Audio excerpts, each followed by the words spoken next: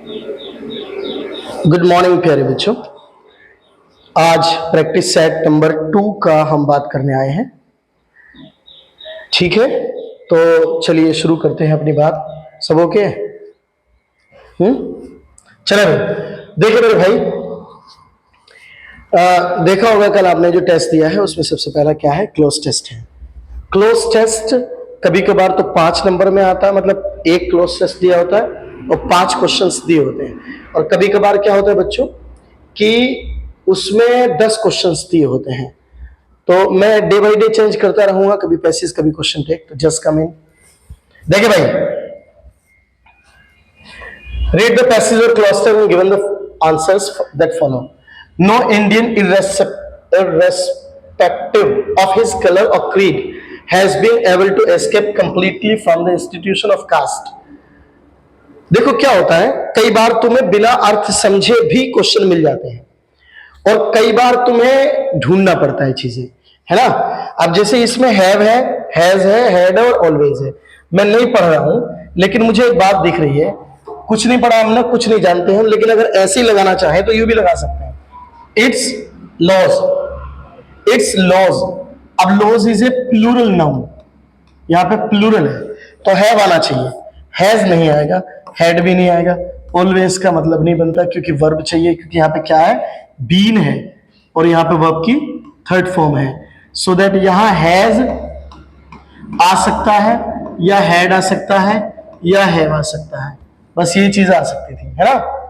तो इसमें क्या आ गया? हैव आ गया। कुछ बच्चे सोचेंगे हैड क्यों नहीं आया, वो आपको पता लगेगा इस कंडीशन से पूरा। तो बिना पढ़े भी लग जाता है कभी कभार, कभी कभार हमें पढ़नी ही पड़ती है चीज। अब देखो यहाँ पे हैज बीन सेक्रीफाइड आ गया तो इससे पहले क्या रहा होगा? इनमें गुड रहा होगा, आइडिया रहा होगा, क्या रहा होगा, है ना। एक गलत तो नहीं हो गया? ठीक है भाई, हाँ सही है बिल्कुल। तो ये चीजें रही होंगी। अब इसमें देख लो, सोशल एक एडजेक्टिव है, अगर ऐसे समझना चाहे तो यह नाउन आएगा। नाउन ये तो है नहीं दी। अगर यूं ही मैं बता रहा हूं एक ओरली कि अगर मैं ऐसे ही करना चाहे तो कैसे कर लेते हैं, तो ये तो आएगा नहीं। आइडिया, लॉ और प्रिंसिपल, अब इनमें से क्या लगाना है ना, ये चीजें खैर हम पढ़ेंगे।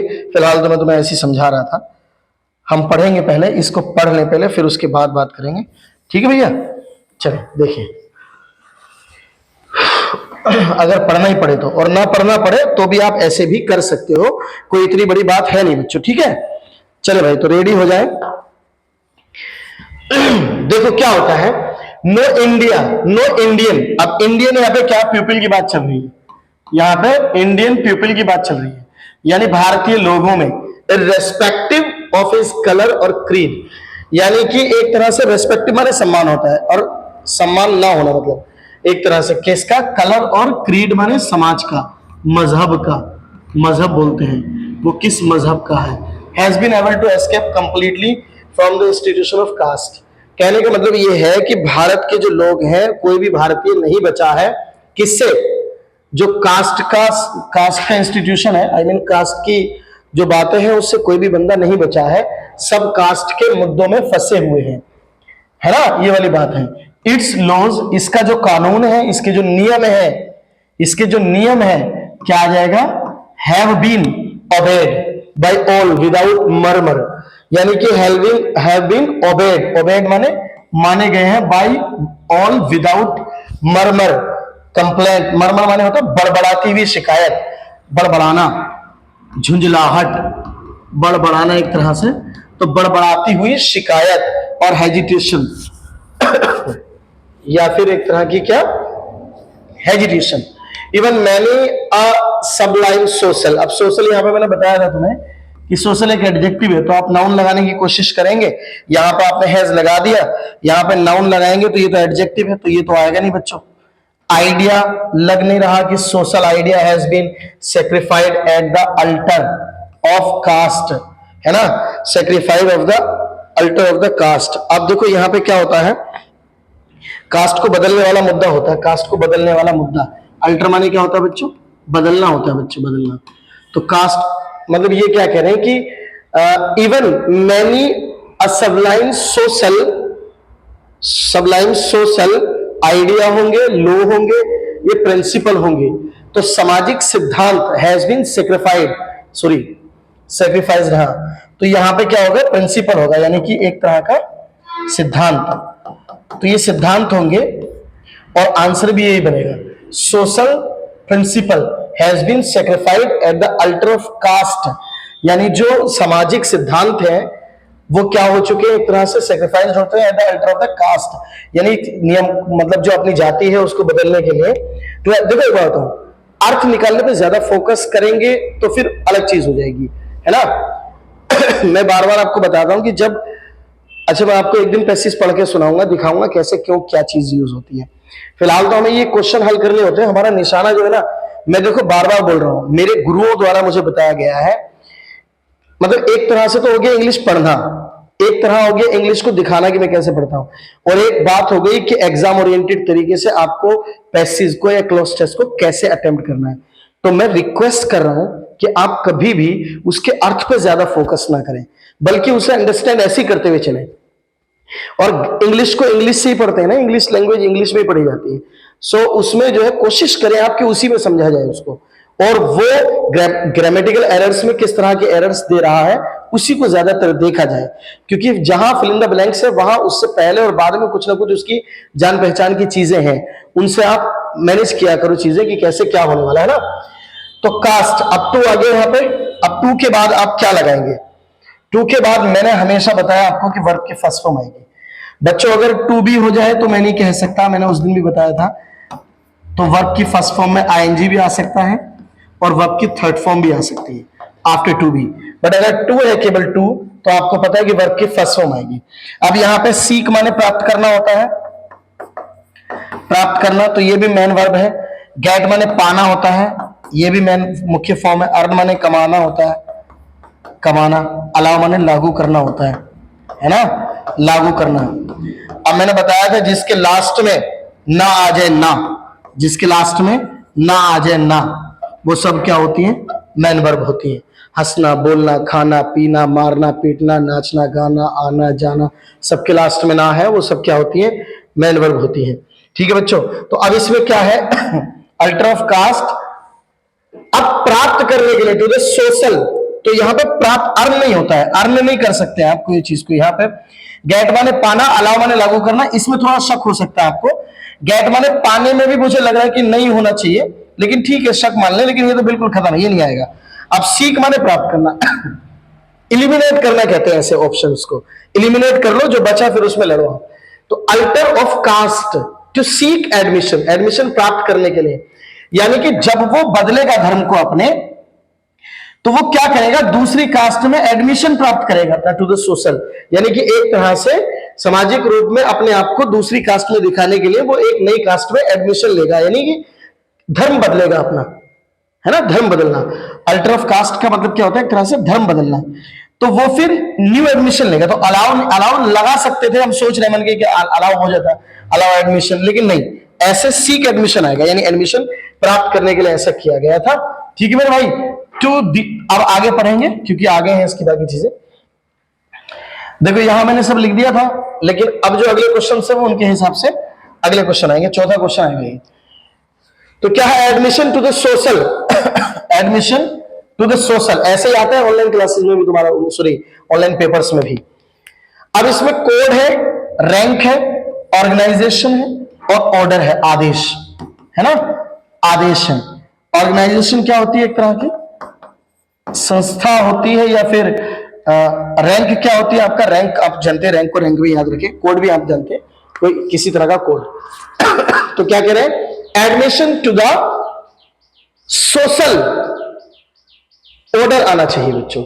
यहां फिर मैं बात कहूंगा, सोशल ऑर्डर ही क्यों आना चाहिए, सोशल ऑर्डर ही क्यों आना चाहिए, क्योंकि ये आदेश है। तो ये क्या है, एक सामाजिक, मतलब जब आपने न्यू एडमिशन ले लिया तो वो सामाजिक क्या है, एक ऑर्डर है इन ऑल एजेस, सभी आयु के वर्गों के लोगों के लिए। एंटी कास्ट मूवमेंट्स, अब एंटी कास्ट धर्म विरोधी, मतलब या विरोध दूसरे धर्म के लोगों के लिए एंटी कास्ट मूवमेंट्स। अब ये देखो मूवमेंट्स, मूवमेंट तो नहीं है ना, तो ये प्लूरल बना। अब आप बिना किसी नियम और रेगुलेशन के, बिना किसी अर्थ निकाले आप लगा सकते हैं।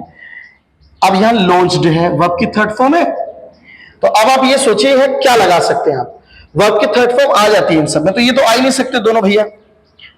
ये प्लूरल है, ये सिंगुलर वर्ब है। मैंने पिछली वीडियो में बताया था आपको कि इज, वाज, जिसके लास्ट में एस लग जाए वो सब सिंगुलर होती है, तो ये सब सिंगुलर है ये, तो ये तो आएंगे नहीं। अब हैड और वर रहा, तो ये वर आना चाहिए यहाँ पे, हैड नहीं आएगा, क्योंकि हैड जब आएगा तो इसके साथ फिर बीन भी आएगी।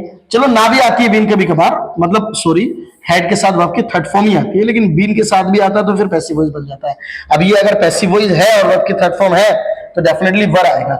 अगर ये पैसिव वॉइस, मेरी बात समझे नहीं आप, शायद कुछ लोग सोचेंगे कि इसमें कमी निकालें इस बात में, मेरी बात समझो बेटे, हैड बीन होगा तभी पैसिव वॉइस बनेगा और इसके साथ वर्ब की थर्ड फॉर्म आएगी, तभी एक पीवी बनेगा पैसिव वॉइस।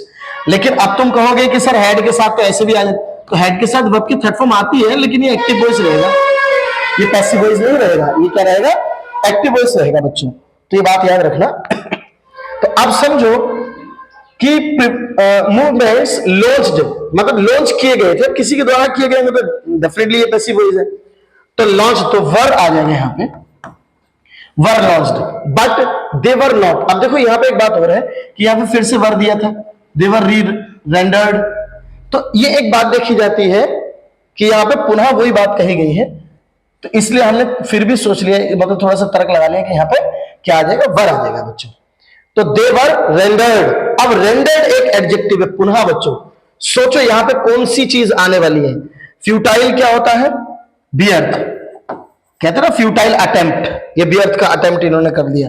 यूजलेस बेकार होता है, बेकार, और ये लिख रहा है अगर तुम्हें ना दिख रहा हो तो इनइफेक्टिव, बेअसर, इनइफेक्टिव यानी बेअसर, बेअसर बच्चों। और ये क्या, पावरलेस, शक्तिहीन, शक्तिहीन है ना, लिख लेना कॉपी पे अपनी, शक्तिहीन।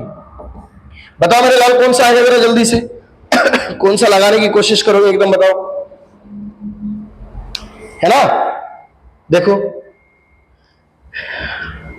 Rendered ineffective due to the inherent of social control, यानी कि बेअसर रहता है। अब देखो अर्थ तो अब मैं तुम्हें समझाता रहा हूं पूरा, कहने का मतलब यह है कि इसमें बहुत सारी चीजें समाज में जाति के बारे में दी गई है ना, जल्दी से इसको समाप्त कर लो आप। फ्यूटाइल, व्यर्थ, यूजलेस, मुझे टाइम का बड़ा फिक्र रहती है। इनइफेक्टिव यानी बेअसर, इसका निशान लगा देना आप, बेअसर, है ना, जिसको जो डाउट होगा उसमें मैं और बता दूंगा आपको ऑफलाइन क्लासेस में। तो but they were rendered ineffective due to the inherent, due to the inherent, है ना, strength of the of caste. अब यहां पे लिख रहे हैं ऑफ द, चलो ये वाला आगे पढ़ेंगे, जल्दी से आगे आ जाइए। Strength of the agency, institute, institution, real. अब ये एक चीज थी कि लॉन्च कर दिया बट दे वर रेंडर्ड, और उसके बाद क्या था, रेंडर्ड के बाद इन क्या था, इनइफेक्टिव था, rendered ineffective due to the inherent strength of the, यहां क्या लगाओगे, एजेंसी, इंस्टीट्यूट, याद रखना ये संस्था होती है, ये संस्था होती है बच्चों, इसका जो अर्थ होता है वो क्या होता है, संस्था, और ये क्या होता है, संस्थान, इंस्टीट्यूट, है ना, ये होता है। तो इंस्टीट्यूट और इंस्टीट्यूशन। अच्छा पीछे जिक्र हुआ था बच्चों इंस्टीट्यूशन का, from the institution of caste, यहां पे भी कुछ ऐसा ही है, of caste, strength of the, और एजेंसी तो लगा नहीं सकते, एजेंसी तो है नहीं उसकी एक अपनी इंस्टीट्यूट, अपनी एक संस्था है, अपनी एक संस्था, मतलब धर्म के ग्रुप को संस्था बोला गया है। जैसे मान लीजिए मैं किसी धर्म का हूं तो वो एक संस्था, उसका पूरा एक ऑर्गेनाइजेशन, तो ऐसे कहा गया। तो इसमें आप क्या लगाने की कोशिश करेंगे, इंस्टीट्यूशन ऑफ कास्ट, यानी सी उत्तर बनेगा इसका। अगर ऐसे भी देख के लगा दोगे तो भी डन है। नंबर बढ़ाने की बात कर रहा हूं मैं, एक्सपर्ट बन के नहीं दिखा रहा हूं, मैं सोच रहा हूं कि आपके नंबर बढ़े, और कैसे बढ़ेंगे, ऐसे बढ़ेंगे। आपको हर तरह से सोचना है कि कैसे न कैसे करके फिट बैठ रहा है ऑप्शन, उनको देखना आप चीजें। अर्थ निकालने पर रह जाओगे, मैंने बहुत कोशिश की है, मैंने भी बहुत एग्जाम्स दिए हैं, अर्थ निकालने पर रह जाओगे तो पीछे हट जाओगे, कुछ नहीं होता है। रियल माने वास्तव में होता है, रियल माने वास्तव होता है या सच्चाई होता है। चलो आगे देखें बच्चों, अगला क्या है, of caste, it remained as मुझे नहीं पता क्या अर्थ है, लेकिन मुझे एक ग्रामर के रूल पता है कि यदि कभी एज दिख तो रहा तो विजिबल तो है बच्चों सही। देखो एज प्लस यहां पे बच्चों एडजेक्टिव आता है और फिर एज आता है। पहली बात तो ये नहीं आप समझ लें, ये क्या है, पॉजिटिव डिग्री को शो करता है, समानता दिखाता है बच्चों। क्या दिखाता है? समानता। इस तरह से यूज होता है। अब फर्म क्या है? यहाँ पे फर्म एडजेक्टिव है बच्चों, और कांस्टेंट भी एडजेक्टिव है, डेप्लीकेट भी एक तरह से एडजेक्टिव है, रियल भी एडजेक्टिव में आ जाता है। कौन सा लगाएंगे? कांस्टेंट माने क्या होता है? स्थिर होता है बच्चों। और रियल माने क्या होता है? वास्तव में होता है। और फर्म माने, अब थोड़ा सा सोचो जरा, क्या लगा लोगे तुम इसमें? बताओ जरा जल्दी से, क्या लगा सकते हो? देखो एक बार जरा।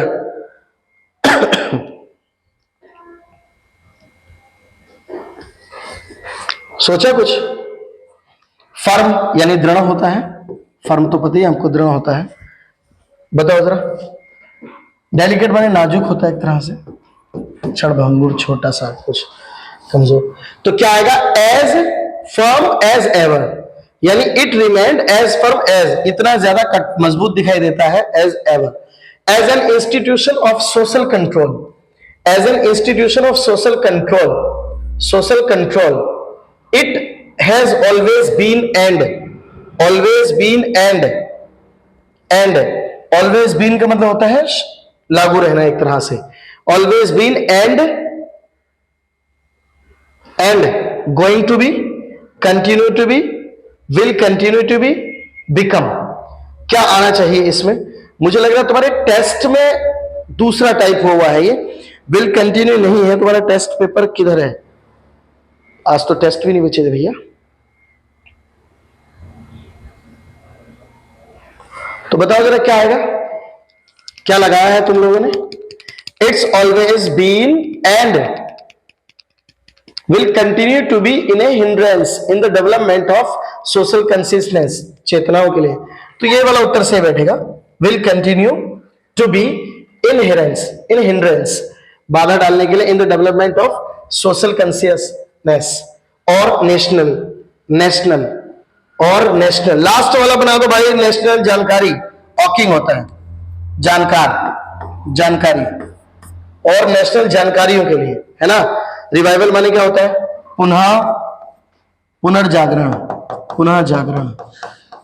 इनका भी यही मतलब है, पुनर्जागरण। इसका भी पुनरुत्थान करके है। बच्चों मैं आपको बता दूं कि cloze test it's a difficult thing. अगर इसको अलग से केवल क्लोज टेस्ट पढ़ाया जाए तो बड़ी शांति और सावधानी से पढ़ाया जा सकता है, बट जब टेस्ट सॉल्यूशन की बात आए तो बच्चों इसमें बहुत सारी चीजें हमें मेंटेन यू ही करनी पड़ती है। ठीक है बच्चों, आगे बढ़ते हैं, जल्दी से आ जाओ, समय बहुत बड़ा हो जाता है।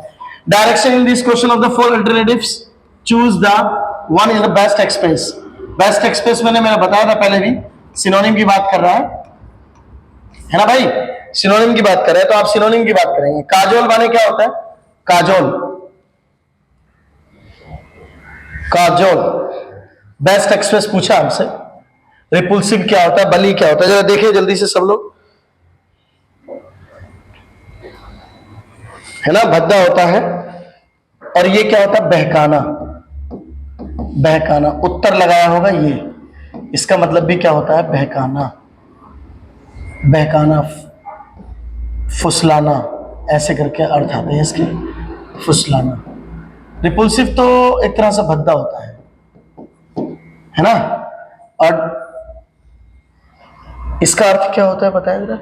हालांकि आपको मिल गया, है ना, बहकाना होता है। ये अब क्या होता है कि सर हम कैसे याद करेंगे? तो भैया ये याद करने ही पड़ते हैं, याद ही करने पड़ेंगे आपको। बस्टल माने क्या होता है? बस्टन। क्वाइट माने तो शांत होता है ना। अब फ्रेगाइल माने क्या होता है? नाजुक। या मैं यूं कहूं क्षणभंगुर, ब्रिटल भी मैं कह सकता हूं इसको, क्षणभंगुर। हेस्ट माने जल्दी होता है बच्चों। हेस्ट माने क्या होता है? जल्दी होता है, जल्दी। और ग्लूमी माने क्या होता है? उदास होता है, जनरस, है ना। अब आप बताइए इसमें कौन सा आंसर आने वाला है? जबकि बस्टल का अगर मैं अर्थ बता दूं तो आप तुरंत बता देंगे, इसका मतलब होता है हलचल। क्लियर हो रही बात? हलचल। अब बताओ, इसका हलचल है जैसे ये, तो इसका सिनोनिम शांत तो हो नहीं सकता, नाजुक भी नहीं हो सकता, हाँ जल्दी हो सकता है, उदास भी नहीं हो सकता, है ना। उदास भी नहीं हो सकता, उदास आदमी भी तो एक तरह से नाजुक और शांति के बराबर ही होता है, शांत होता है। उदास नाजुक होता है, कमजोर हो गया तो उदास है, इसलिए क्या आएगा, हेस्ट आएगा। हेस्ट माने क्या होता है, जल्दी। अच्छा बच्चों, यहाँ पे एक वर्ड है क्वाइट, मैं आपको इसको अक्सर बताता हूं। क्वाइट एक वर्ड और होता है, इसको कहते हैं एग्जिट, यानी निकलना, बाहर जाना। एक वर्ड आता है QUITE, क्वाइट, इसका मतलब होता है बिल्कुल, बिल्कुल। और एक ये है तुम्हारा QUIET, क्वाइट, ये होता है शांत होना, है ना। शांत होने को और क्या बोलते हैं, काम, काम भी बोलते हैं शांत होने को। सेरेन भी बोलते हैं, SCEREN, सेरेन, ये भी बोला जाता है। सेरेन वाले भी शांत होता है, साइलेंट वाले को तुम्हें पता ही है, साइलेंट वाले भी शांति होता है ना। फ्रेगाइल का ब्रिटल भी होता है बच्चों, इसे ब्रिटल भी बोलते हैं, शायद दिख नहीं रहा होगा यहाँ पे। ब्रिटल माने भी क्षणभंगुर होता है, ब्रिटल माने। चले आगे चले, select the most appropriate meaning of the given idioms. ये दिखाई दे रहा है, ये लिख रहा है ऑल थम, ऑल थम्स, ऑल थम्स। अच्छा, ऑल थम्स का मतलब जानते हो, एक ऐसा इंसान जहां हर कोई थम लगाता हो, अंगूठा, है ना, जो हर जगह अंगूठा लगाता हो, ऑल थम्स।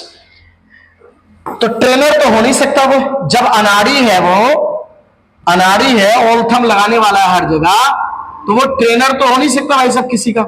मैं तो इसे अनाड़ी बोलूंगा जहां अंगूठा लगाएगा, अकुशल बोलूंगा, अकुशल जो दक्ष नहीं है, या जो पढ़ा लिखा नहीं है, अनपढ़ भी बोल सकता हूं।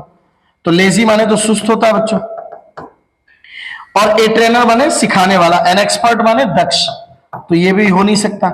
क्लमसी माने क्या होता है, भद्दा या बेकार,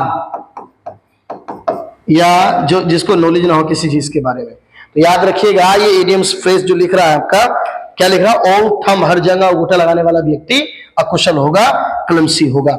आगे, the principal of this school is a hard nut to crack. इस फ्रेज के बारे में ये पढ़ा दी मैंने, पढ़ाई आपको कभी देखना, आप याद रखना। A hard nut to crack का मतलब होता है हार्ड नट टू क्रैक, यानी ऐसा नट जिसको तोड़ना मुश्किल हो। नट माने हमेशा जैसे बादाम होता है, अखरोट होता है ना, उसको बोलते हैं कवर को, नट माने। तो एक तरह से तोड़ना, उसको तोड़ना, यानी डिफिकल्ट है, यानी कठिन काम है ना।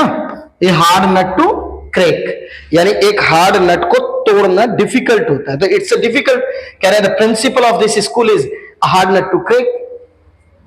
When it comes to dancing he is all thumbs, यानी कि जब वो डांसिंग करने के लिए आती है तो वो क्या होती है, क्लम्स, यानी अनाड़ी होती है, एक तरह से बेकार होती है। The principal of this school is a hard nut of crack. Kind माने तो दयालु हो गया, है ना, तो ये तो मुझे लगता नहीं कि बन जाएगा। केयरलेस माने लापरवाह हो गया, अब मुझे ये भी नहीं लगता कि ये हो जाएगा लापरवाह। ठीक से लिख लियो भाई,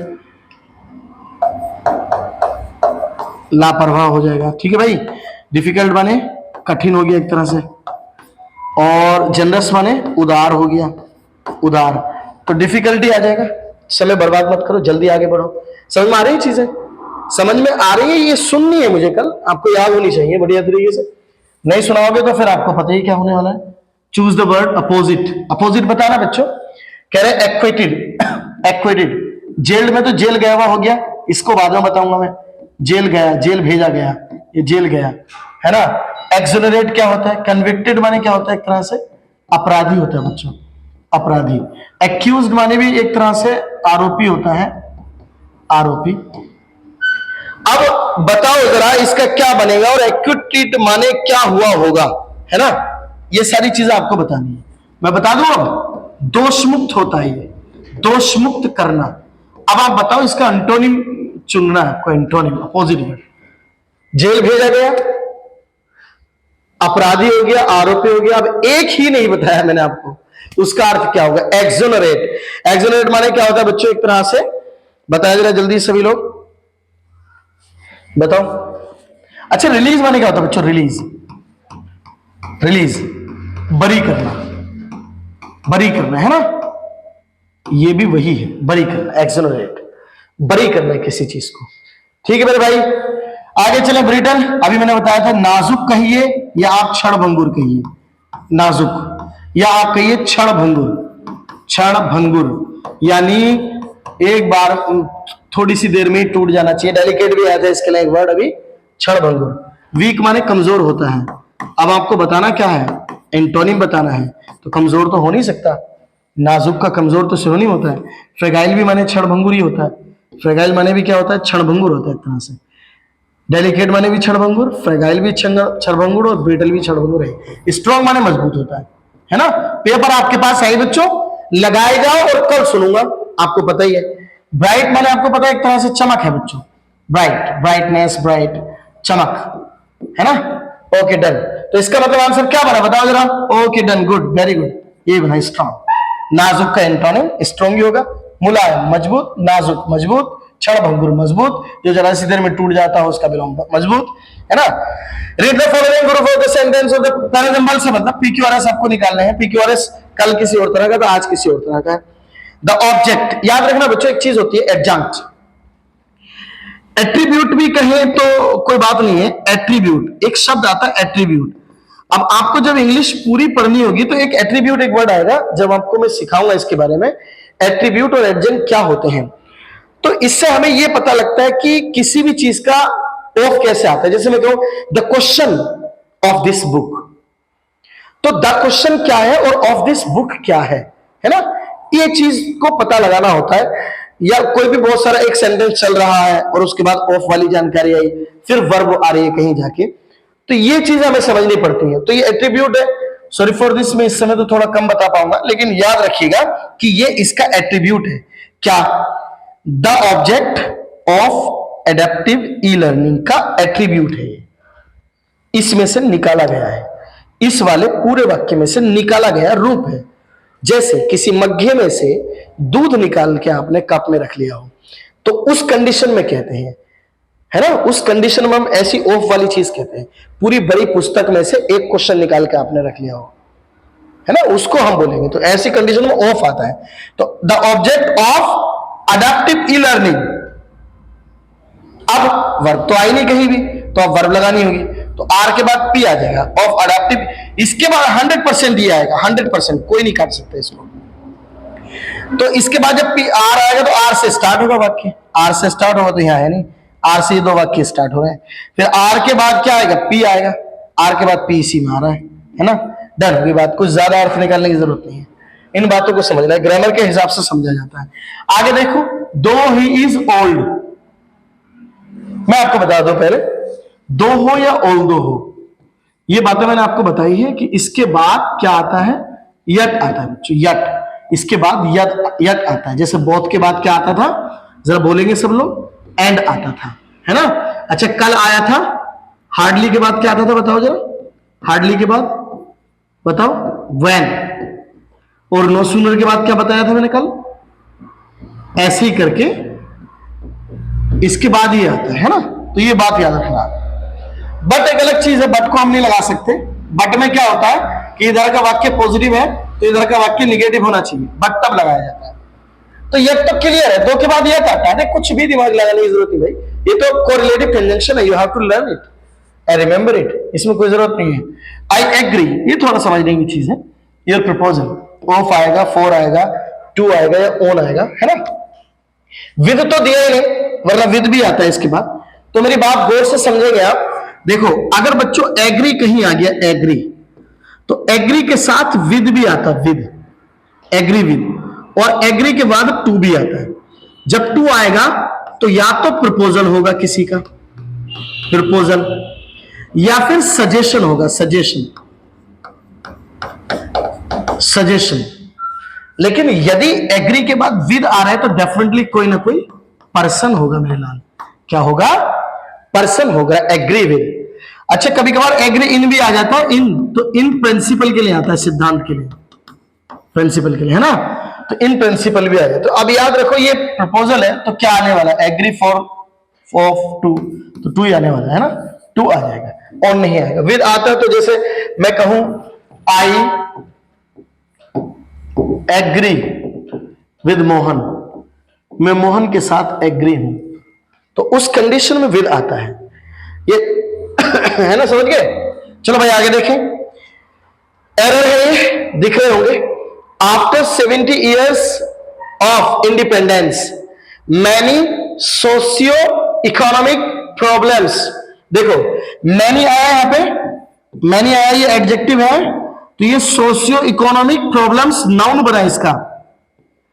ये मैनी भी इसलिए आया है क्योंकि मैनी के बाद हमेशा कैसा नाउन आता है, मैंने बताया था बच्चों, मैनी के बाद हमेशा प्लूरल काउंटेबल नाउन आता है। प्लूरल काउंटेबल नाउन गिनने योग्य भी हो और प्लूरल हो।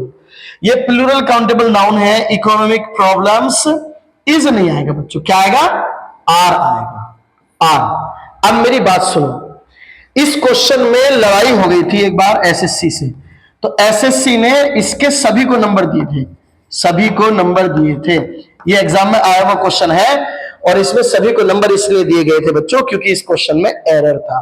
क्या एरर था, देखो स्टिल और रिमेनिंग, स्टिल और रिमेनिंग दोनों एक साथ नहीं आ सकते, लेकिन एरर इसका भी था।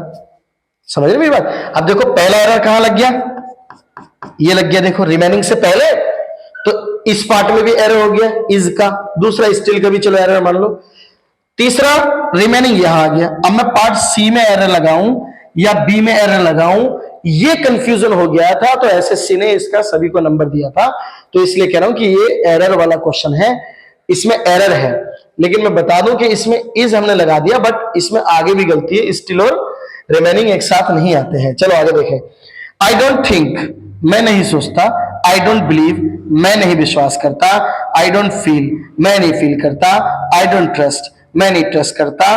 ये सब वर्ड जो है ये वाक्य पर कोई गहरा प्रभाव नहीं डालते, ये केवल बोले जाने वाले वर्ड्स हैं, आप इन पे ज्यादा ध्यान मत दीजिए।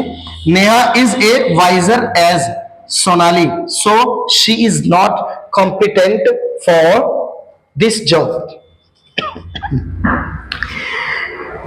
तुम्हारी निगाह ऐसी चील वाली बन जाए बच्चों जिसमें साफ नजर आए एरर। आप हिंदी निकालने की कोशिश ना करें, आप सोचे एरर कहां, ग्रामेटिकल एरर कहां फाइंड होगा। देखो बच्चों मुझे लग गया यहां पे ए वाइजर एज का कोई रूल नहीं है। वाइजर यहां पे इन्होंने कंपैरेटिव डिग्री दे दिया, कंपैरेटिव डिग्री है ना। एक चीज मैं यहां पे आपको बता देता हूं थोड़ी सी, बच्चों याद रखो, अगर आप डिग्रीज में बात करोगे तो डिग्रीज में क्या होता है बच्चों, डिग्रीज 3 प्रकार की होती है, तुम्हें पता ही है ना। एक तो पीडी होती है पॉजिटिव डिग्री, एक सीडी होती है कंपैरेटिव डिग्री, और एक एसडी होती है सुपरलेटिव डिग्री, है ना। अब इसमें क्या होता है, इसमें केवल समानता बताई जाती है बच्चों, केवल समानता, और इसमें तुलना होती है, तुलना होती है कितनों में, 2 व्यक्तियों में, कोई एक बेटर होता है या बेस्ट होता है, किसी एक को विजेता बनाया जाता है। इसमें भी तुलना होती है, लेकिन इसमें एक की तुलना सभी से होती है, सभी से। जैसे the best in his family, यानी वो बेस्ट है इन हिज फैमिली। अगर मैं लगाना चाहूं पूरा सेंटेंस तो he is the best in his family, वो अपनी फैमिली में सबसे ज्यादा बेस्ट है ना। दूसरी पहचान है इसमें EST या ST लगता है लास्ट में वर्ड के, इसकी पहचान क्या है, इसमें ER या R लगता है लास्ट में। मोर और मोस्ट भी इसके खास वर्ड हैं अगर हम डिटरमाइनर के रूप में देखें तो। लेकिन इसका जो केस है बच्चों वो ये है एज प्लस एडजेक्टिव एज, ये आप याद रखिएगा, इसमें एज प्लस एज एडजेक्टिव आता है, इस तरह से हम लोगों को शो करना होगा। कई बार सो और एज भी आ जाता है, वो निगेटिव सेंटेंस में आता है ना, सो एज करके भी आ जाता है बच्चों, वो निगेटिविटी में आता है, ऐसे करके आ जाता है सो एडजेक्टिव एज, तो ये वाक्य निगेटिव होगा जरूर, ये पॉजिटिव वाक्य में आता है।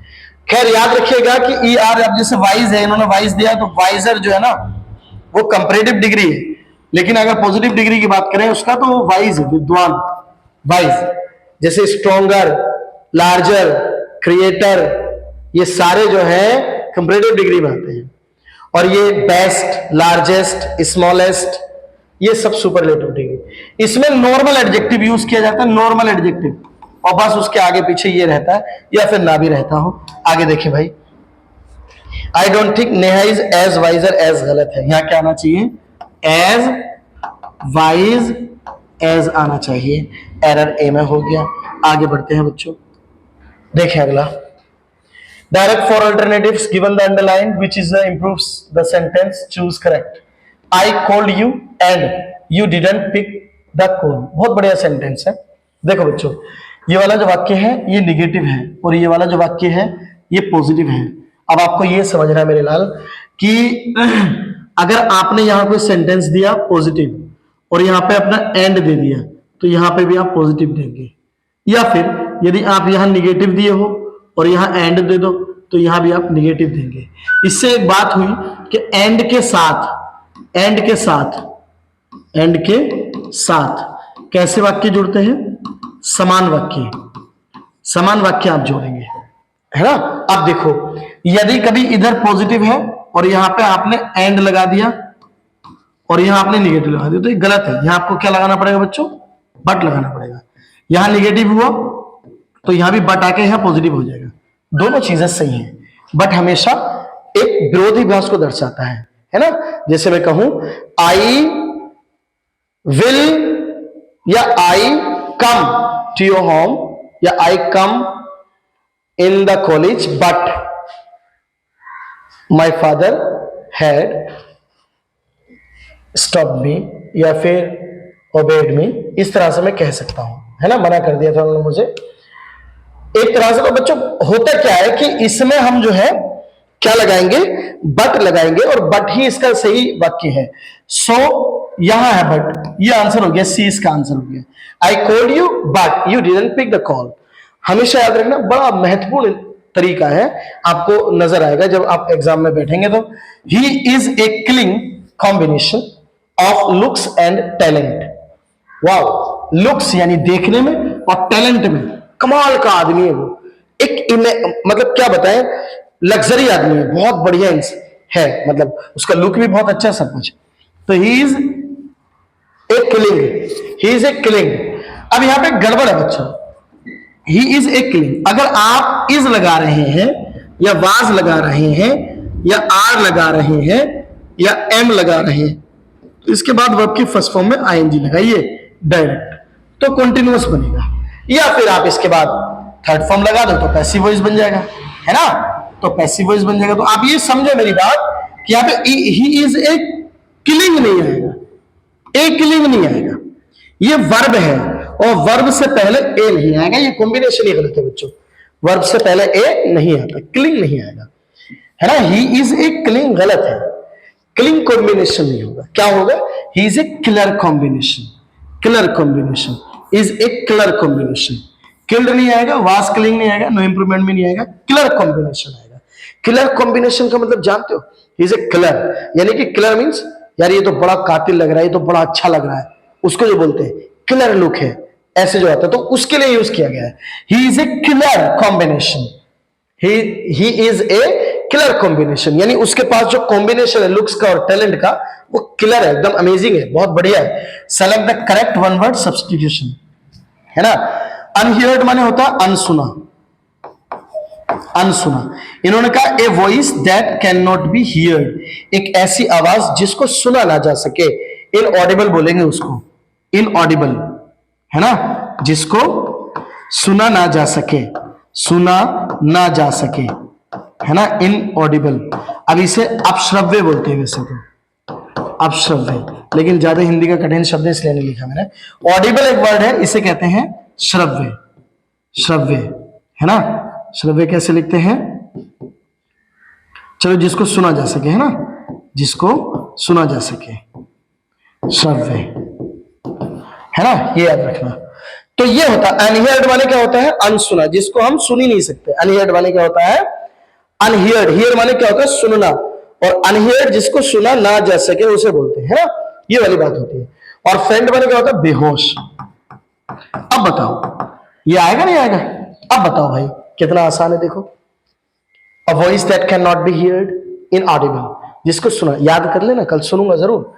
ए number of stars grouped together, a number of stars group together, यानी तारों का समूह, तारामंडल कहलाता है, कॉन्स्टलेशन या गैलेक्सी भी बोलते हैं, या क्लस्टर भी बोलते हैं। क्लस्टर, तारों के समूह को क्लस्टर भी बोला जाता है, लिख लेना, क्लस्टर, है ना, क्लस्टर भी बोला जाता है बच्चों। कॉन्स्टलेशन भी, गैलेक्सी भी बोलते हैं, गैलेक्सी। और कॉन्स्टलेशन तो है ही तारामंडल, तो यही आएगा, ऑर्बिट नहीं आ सकता। ऑर्बिट माने क्या होता है? कॉमेट माने क्या होता है? धूमकेतु होता है ना, धूमकेतु लिख लेना भाई, धूमकेतु होता है। सोलर सिस्टम का तुम्हें बताइए, सौर ऊर्जा या सोलर सिस्टम, ऑर्बिट माने क्या होता है? कक्षा होती है ऑर्बिट माने, है ना? ऑर्बिट माने क्या होती है? कक्षा होती है। ठीक है मेरे भाई प्यारे बच्चों, मैंने आपके 25 के 25 क्वेश्चंस का एनालाइज कर दिया है और मैंने कोशिश की है कि मैं बेहतर एनालाइज कर पाऊं कम समय रहते हुए, क्योंकि बच्चों ज्यादा बड़ी क्लासेस नहीं है, ये हमारी ऑफलाइन और ऑनलाइन क्लासेस चल रही है। आई मीन मैं ऑफलाइन आपको टेस्ट दे रहा हूं और ऑनलाइन में इसका सोल्यूशन करवा रहा हूं, फिर इसका क्या है, फिर इसको मैं अगले दिन आपसे सुन रहा हूं। तो इट्स अ बेस्ट कॉम्बिनेशन, तैयारी करने का सबसे बेहतरीन तरीका है। मैं पहले आपको अटेम्प्ट करवाता हूं, आप अटेम्प्ट करिए, अपने नंबर को सोचिए कितने आए, फिर उसके बाद मैं आपको सॉल्यूशन देता हूं, फिर अगले दिन सुनता हूं, फिर तुड़ाई होती है, आपकी पिटाई होती है। It's a best combination. आप 6 महीने के अंदर अंदर सिलेक्शन ले जाएंगे बच्चों। लगातार स्टडी कर लो, इस तरह से देख लेना, बहुत बढ़िया ऐसा हो जाएगा। ये वीडियो कल आती शाम, लेकिन कल ना आने का कारण रहा लाइट प्रॉब्लम, थोड़ा टेक्निकल समस्याएं थी। तो बच्चों हमारी क्लास समाप्त हो गई है, धन्यवाद, थैंक यू।